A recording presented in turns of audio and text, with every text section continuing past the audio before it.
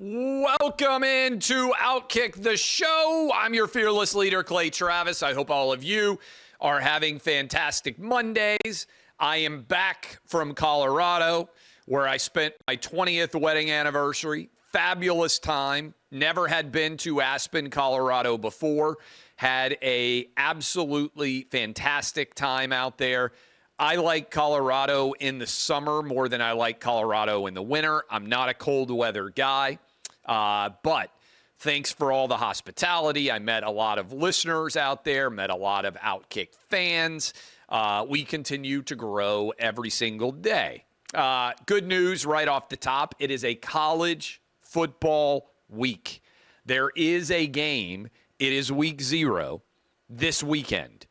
From now all the way until February, there will be football on television. I cannot wait. There are 2 seasons, in my opinion, football season and non-football season. That is still the case for me. It has been the case for me for my entire life. I like other sports. I like basketball. I like baseball. But there is football and there is non-football season. That is the reality. So, I'm excited to have a game to talk about this weekend. Also, for those of you out there who are wondering, Kelly Stewart, a.k.a. Kelly in Vegas, and I will be doing a show together, The Fade, for college football and NFL. And that is going to be coming in some period of time there. So all that's fun. Let me respond to this text message about another interview that I've got to do. I'm doing an interview with Lex Friedman. I'm being his podcast later today, and they need passwords in order for me to be set up. I'm also going to be on Fox Business, Fox News. I got so many different shows going on. But are you like me that inevitably you get asked for the one password, you have no idea what it actually is, and then the passwords are routed through old email addresses that you no longer control? This is going on right now for me at Fox. I found out the other day that I have a Fox email address that people have been emailing for years that I had no idea existed.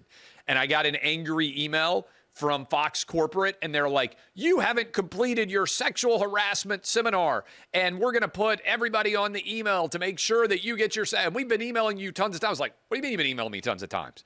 I haven't gotten any of them. I have a Fox email. There's no telling what people have been sending to the Fox email address for years now. I don't know how to log in. And they said, well, you just have to change your password. So I sat down in front of the Fox email system, and I asked them to email me the password. And when I asked them to email me the password, it went to my Fox email address, which I don't have access to. Do you ever get in these scenarios where it's like you're in the never-ending password search arena? So they're like, well, you just have to get your email and change your password. I'm like, I can't get into the email. I didn't know it exists. I don't have a password. Anyway, this is all inevitably what seems to happen. And by the way, the password's going to get stolen anyway. If you know, like every password you ever had ends up getting stolen because every company on the planet has a data breach, and it feels like everything that exists on the planet basically ends up getting analyzed in some form or fashion, no matter what. But that's the behind the scenes of what I was just trying to take care of during the show. So I don't know how to get on in anything. I got a bunch to talk about. DNC is starting today. Mina is mad for the horrible lies that OutKick has spread about her. Tua tees off on Brian Flores. As I said before I was interrupted, we've got the college football season officially underway. My Tennessee Volunteers stacking incredible recruits left and right, if I do say so myself. You can get your balls snipped at the Democrat National Convention, and all that and more.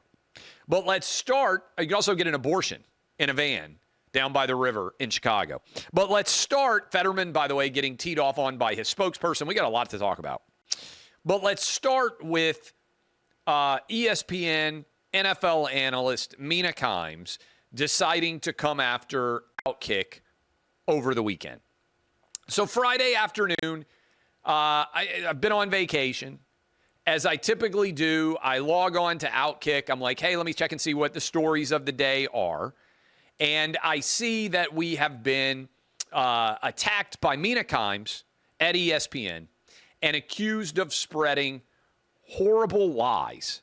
Adam, just make sure that the phrase is horrible lies. That we were accused of spreading horrible lies by Mina in our articles that we have written about her on OutKick. And she said that we are the cause of so much racism for her husband and her family or whatever else.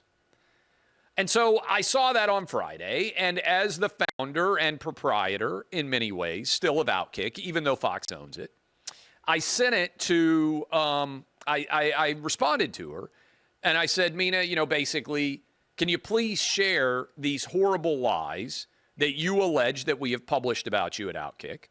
We will address them. She doesn't respond. She then comes back. Let me make sure that I'm getting the phrase right. Horrible lies is accurate. Horrible lies. And I say, okay, share these horrible lies with us. It's now been 4 days. She hasn't shared a single lie that OutKick has published about her. So I went and I did the handy search function. You can go read about this, by the way, as hundreds of thousands of you, I believe, by now have. I published a column on Saturday. I said I went back, I searched Mina Kimes. There are 17 things that have been written about her on OutKick in the past several years, and I went back through and I looked at all of them. I read every one of those articles. None of them were written by me, by the way. Several different writers have written about her. One of them, for instance, was, hey, she looks pretty on the red carpet and she's having a baby. Oh my goodness, how dare OutKick publish that? Others of them just dealt with her opinions, which have turned into controversial takes. Natural that we would write about those. And some of them have dealt with her massive salary that she got. She's one of the highest paid people in all of sports media. And good for her. I'm a capitalist. She's making millions of dollars now to talk about a sport, the NFL, that she has never played, ever on any level, and that she is now judging coaches, general managers, players, every single day and giving her opinions about them. When you make millions of dollars and you are in the opinion business and you are sharing opinions about millions of people, then that is a big deal. And people should be able to talk about you. It's not a crazy, outlandish perspective that people should be able to talk about you and have opinions about you. And sometimes those opinions are going to be mean. But nothing that we said at OutKick was a horrible lie. So Mina has continued to tweet at me and say a variety of different things. I guess maybe I should read what she said about me, because I wrote in my column and I said, and I stand by it, hey, we're happy to have you write a column at OutKick laying out what you think are all of the horrible lies that we have shared. You can take a shot at us. I said, you're welcome to come on my podcast and you can take a shot at me, or I'll go on your podcast as long as it is unedited. I'll go on with anybody, even if they are attacking me to the ends of the earth. So Mina still has never provided any of the horrible lies that we have shared about her. And she said instead, yesterday, here's a tiny sample of reactions your work produces and the disgusting hate you engender. You think you've been blackballed because of your politics, but that's not true. There are plenty of people with different views in our industry. The reason no one normal talks to you anymore is because you're a cruel, cynical bully who mines bigotry for clicks. First of all, I wish nobody ever said anything mean on the internet, all right? Go read my mentions sometimes. I would put myself in the top 1% of most often attacked by people saying awful things, okay? I just had a death threat, multiple actual death threats, arrive at my house that is currently being investigated by authorities because someone said they were going to kill me in 10 days, and then they wrote another letter and said they were going to kill me in 4 days. Okay? I'm anti-death threat. I'm anti people saying mean things online. But you can't start a fight by saying your site has published horrible lies about me. And when I say, okay, what are the horrible lies? Share them with me. You then come back and say, oh, your followers are being mean to me online. Now, I played this game just to have a little bit of fun. Mina's followers said much more awful things about me than any of you said about her. You can go check it for yourself. But you can't be a cry bully.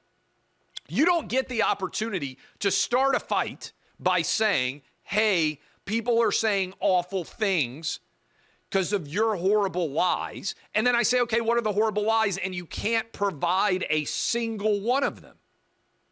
You don't get to attack me, and you don't get to attack our site. And then when I say, okay, give me some evidence to support your horrible lie claim, there isn't a single one that you can provide. And then you try to turn yourself into a victim. That's called being a cry bully. I want to add, she said, I don't see myself as a victim at all. Then why did you share mean things that are being said about you?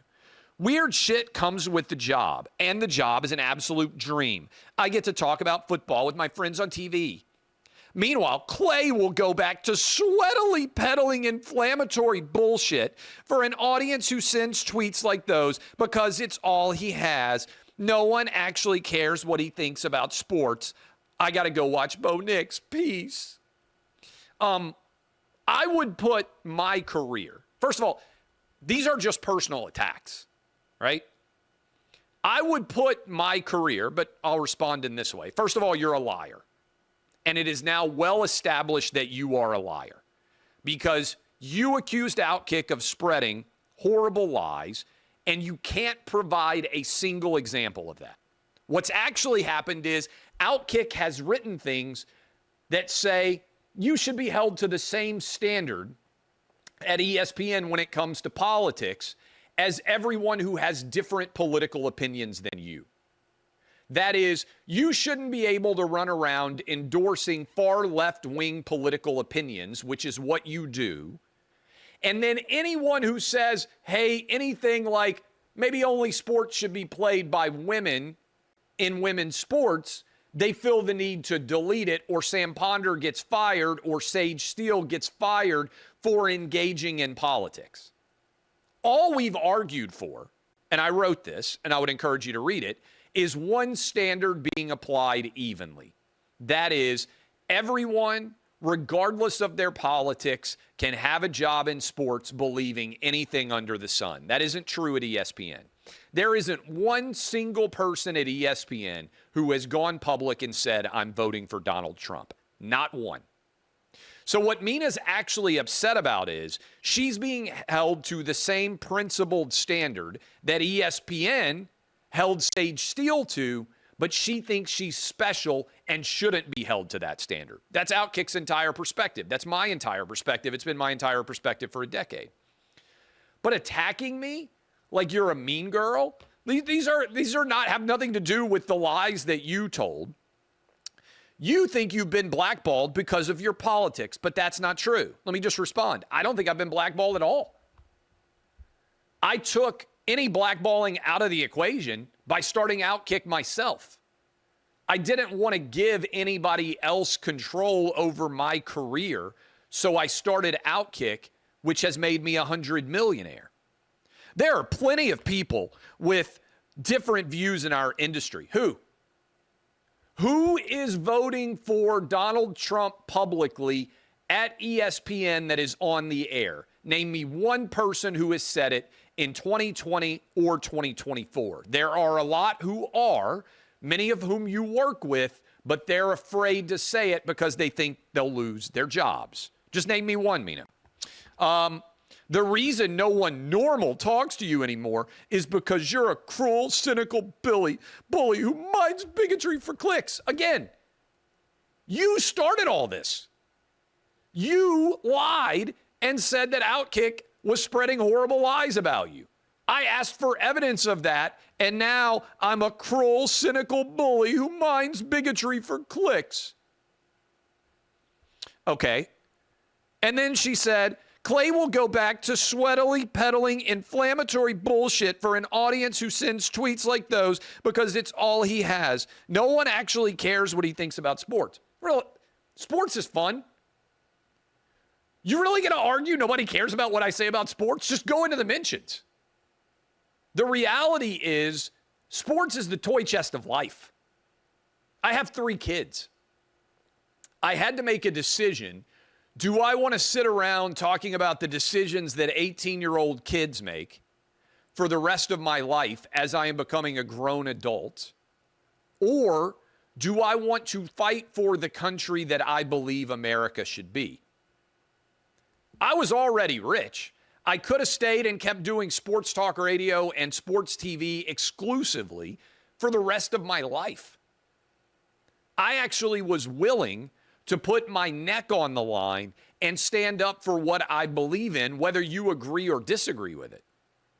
I could have been Skip Bayless, 75 years old, sitting around arguing about whether LeBron James or Michael Jordan are better, and I still would have made tens of millions of dollars, and I would have had a job for the rest of my life. But ultimately, who wins the Super Bowl doesn't matter. It doesn't change the trajectory of the nation. Who wins the national championship doesn't matter. It's fun, but it doesn't actually make America better, depending on whether the Kansas City Chiefs or the Philadelphia Eagles win the Super Bowl. And look, I hope my Titans win the Super Bowl at some point in time in life. But I don't think it's actually ever going to happen, sadly. I would like for the University of Tennessee to win another football championship in my life, donating money to try to make it happen. I would like for the University of Tennessee to win a basketball title. Those things would be a lot of fun. They aren't going to change the nation. I just went out to Omaha and watched Tennessee win the College World Series. It was awesome. I love Tony Vitello. I like a lot of the players on that team. It doesn't change the direction of the nation. So, again, this is not some sort of massively complicated situation here. I have the best jobs in America. I get to make $100 million plus because as I continue my career, I'm going to make hundreds of millions of dollars more on top of what I've already made. I make more. This is crazy. I make more every day right now than I made for doing my job for an entire year for over a decade. Think about that for a minute. Every single day now, I make more money than I made in an entire year when I was over 30 years old and had 2 little kids. I'm incredibly fortunate. People say you shouldn't brag about your wealth. I'm not bragging. I'm just being honest. When I made no money, I told you I had no money. I try every day to be as honest as I possibly can talking to my audience. But you know what's fascinating? Mina Kimes lied by saying that we had published horrible lies about her. You know what's interesting? Her husband actually got suspended in media for publishing lies in his career. What an unbelievable story. If you knew that your husband had been suspended from, I believe it was, let me make sure I get the facts right. I want to make sure that I get the facts right. If you knew that your husband had been suspended from his employer for lying in print, would you accuse somebody else of being a horrible liar? I wouldn't, personally. If my wife was a serial killing cannibal, Jeffrey Dahmer style, except the female version of it, I wouldn't accuse somebody else falsely of being a serial killing cannibal. Maybe that's just me. But if I knew I was married to a documented liar, someone who got suspended in media for lying in print, I don't think that I would accuse somebody else of being a liar in print. Maybe that's just me. I think I'd probably avoid that scandal. Harvard Crimson. Former Lampoon writer Nick Sylvester, class of '04, has been suspended from his post as senior associate editor of The Village Voice, a New York City-based alternative weekly, after acknowledging he fabricated a February 28th cover story, according to an editor's note published on the paper's website Wednesday night. You can read the article. I shared it. If you were married to a documented media liar, as Mina Kimes is, would you falsely accuse somebody else of being a liar? I wouldn't. I wouldn't even think to do it.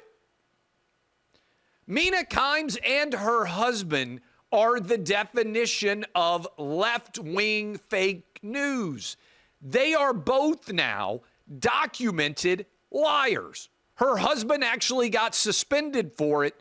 Mina attacked OutKick and can't provide a single word to support her claims, which makes her a liar too. What a happy couple. I wish you both the best. Some people are going to say, why do you have to mention the husband? Because if you accuse me and our site of doing something unethical that your husband actually did and we did not, that's a pretty big deal. Now, I feel fortunate that OutKick will cover this. You know who won't cover it? Every other sports media site on the planet. Do you know why? Because they agree with Mina Kimes that Tim Walz is a hero, that he's a particular kind of masculine man that she loves. And they desperately want Kamala Harris to win. The sports media are actually the kind of dudes that are going to show up and get their balls snipped at the DNC on a bus down by the river outside of the conference. Think about this for a minute if you didn't know. They are providing mobile ball snippings, that is vasectomies, and abortions at the DNC. This is not made up. Planned Parenthood on a bus will allow you to walk onto the bus, get your balls snipped, go back and watch Kamala Harris speak. I can't think of a better metaphor for the men who will vote for Kamala Harris than they literally will cut your balls off, metaphorically, and basically truly, to not allow you to have kids anymore, and then you celebrate by going inside, maybe sitting on a bag of frozen peas and watching Kamala Harris speak. Now, I'm not personally in favor of getting my balls snipped. I went for the consultation after I had my third son. I went and I had too many questions, and I said, you know what? I'm just not letting knives anywhere near my dick. Some of you are more comfortable with that than others. I didn't have any interest in having voluntary surgery. I have not had surgery since I had to get my tonsils out when I was in college. I don't even like taking Tylenol. The last thing I'm going to do is give somebody a knife and tell them to aim for the right place at my dick. Some of you are into that. I don't want my cock and balls in somebody else's hands. That's just me. A lot of Democrats are into that. I'm not. Can you imagine going to the DNC and getting your balls snipped off? And then going and watching all these crazy communist speeches? That sounds to me like the worst possible week. What'd you do this week? Well, I went on my vacation. What'd you do, Clay? Well, I went into a van. I let them cut my balls off, and then I got some frozen peas, and I sat on them, and I watched Kamala Harris and Tim Walz talk about how awesome communism is. I'm sorry, that sounds like prison. If you told me what would prison look like this week, it would be, Clay, we're going to handcuff you, cut your balls off, give you a bag of peas, and you got to go sit Kamala and Walls and watch all the Democrats speak this week. That would be miserable. Mina Kimes' lying husband, he fucking loves it. He's like, take my balls, take my dick if you want it too. I'm a proven liar. My wife is too. Just snip them all off and let us go hold hands and watch Walls and Kamala talk about how amazing communism is. That sounds awful. Date night for Mina and her husband, the lying duo of fabulous liars. It's just a reality. If you come at me with a 2x4, I am going to come back with you with nuclear weapons. I don't do deterrence. I don't tiptoe up. If you unprovoked attack me, I do not lay down my weapons. I escalate. Let this be a lesson. Don't be a liar. Don't marry one. If you do, in media, marry a direct liar who has been suspended for lying, as Mina Kimes' husband has been, maybe don't yourself falsely accuse other people in media of lying when they haven't done it at all.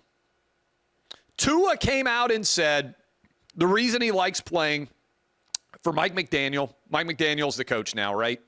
The Dolphins' new coach, been there a couple of years, had a lot of success with Tua. The reason why he likes to play for him is because, unlike Brian Flores, his head coach doesn't come out every single day and tell him, hey, you're awful. Do you remember when everybody decided that they were furious at the Miami Dolphins for firing Brian Flores? And Brian Flores filed his lawsuit claiming that the reason he couldn't get hired was because of racism, and I think that's still pending. And then the Miami Dolphins have been a lot better with Tua, and the team has played a lot better without Brian Flores.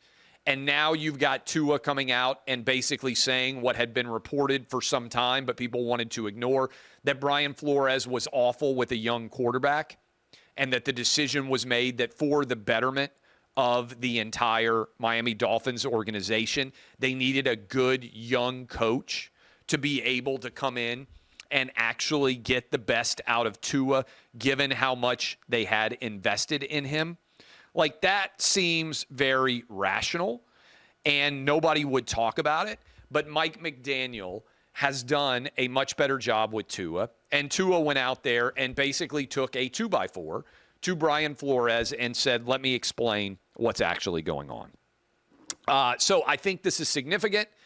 Dolphins been looking for a good quarterback basically since Dan Marino left, good old number 13 back in the day in the Aquamarine.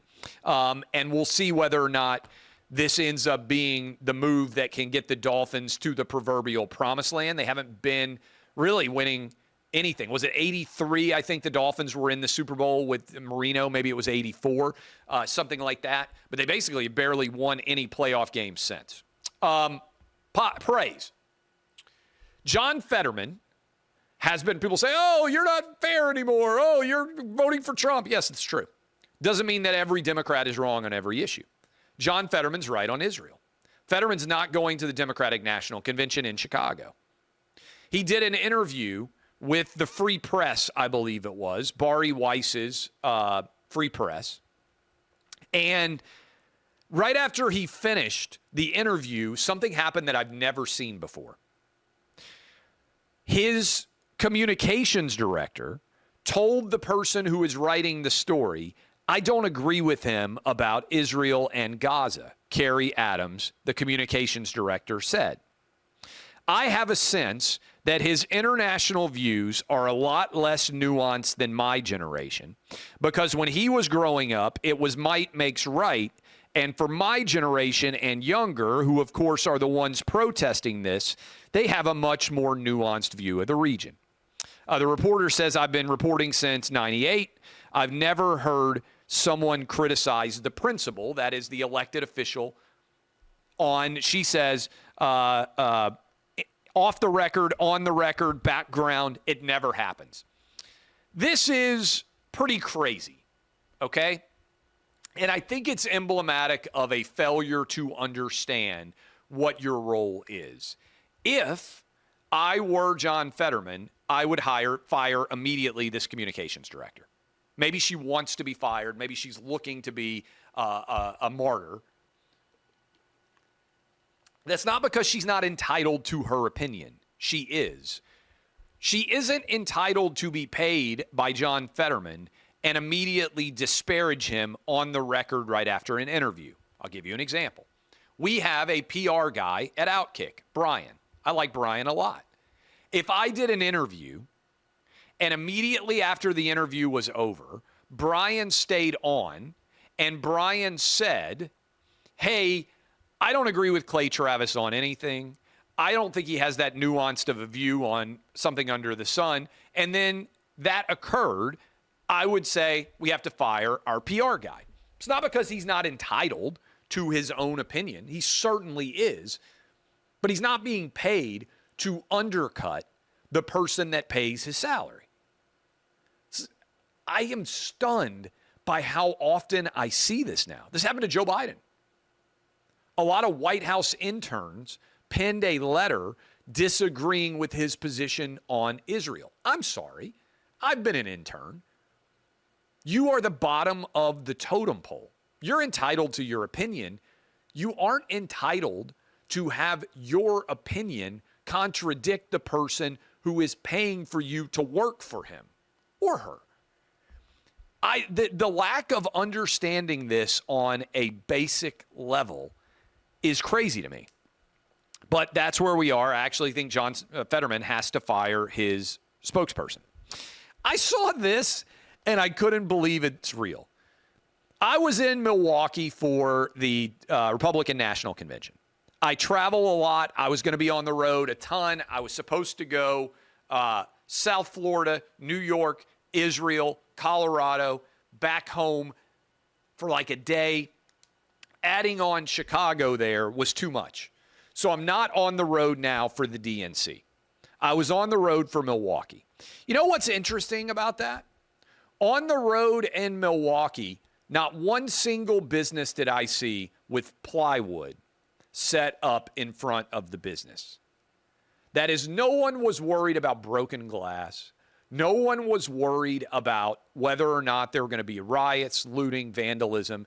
And this was despite the fact that the RNC started about 48 hours after Trump came within a quarter inch of having his head blown off on television. People were still absolutely, totally well-behaved. People in Chicago expect for there to be riots. I think this is a significant story. Also, and I want to make sure I get this right, there are 19 references to Joe Biden in the DNC platform.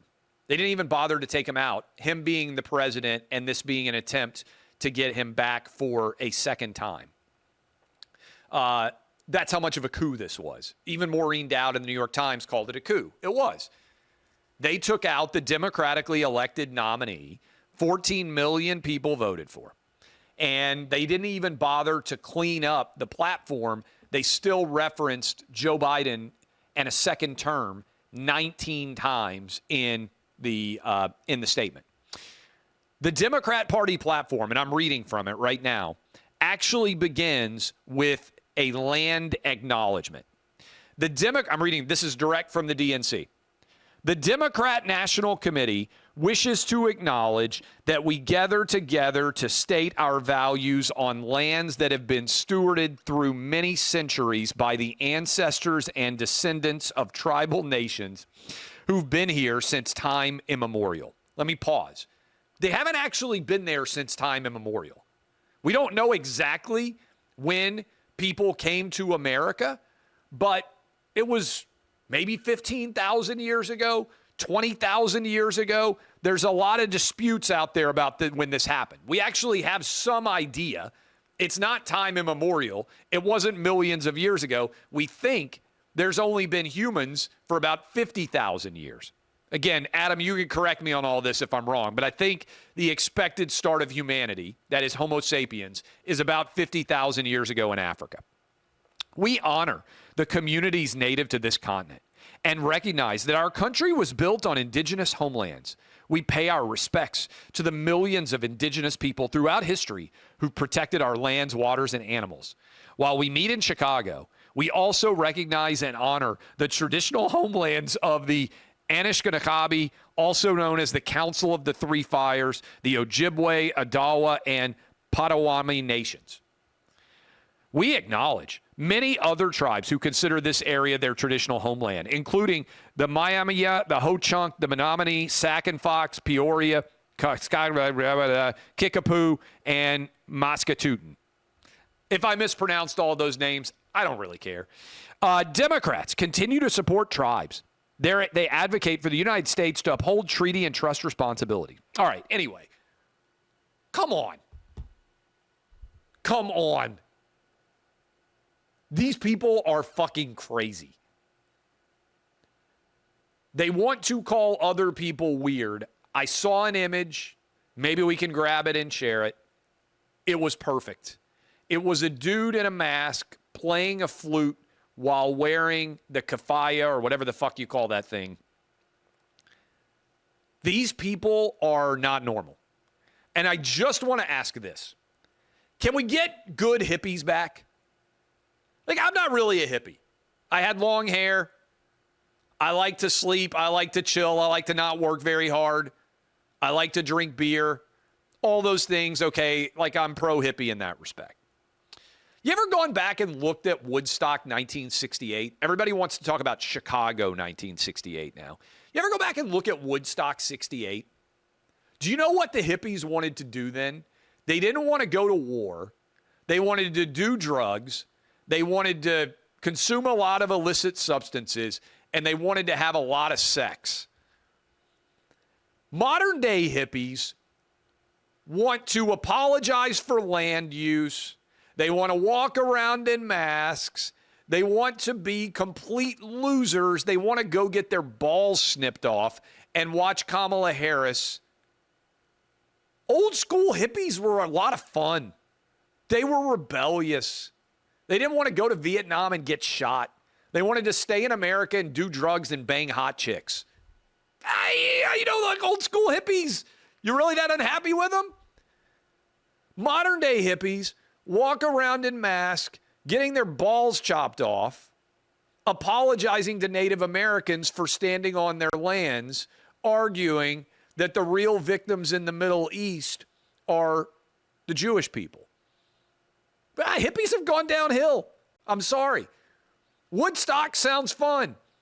Getting your balls chopped off and wearing a mask and playing the flute, that sounds fucking awful. Can we bring back real hippies? Just for once. Some drugs, sex, and rock and roll. Be rebellious and do fun things as opposed to being total and complete pussies. Just an idea, but enjoy getting your balls chopped off. I'm Clay Travis. DBAP, unless you need to SBAP. Don't spread lies about us. And if you do, don't marry a liar. This has been OutKick, the show.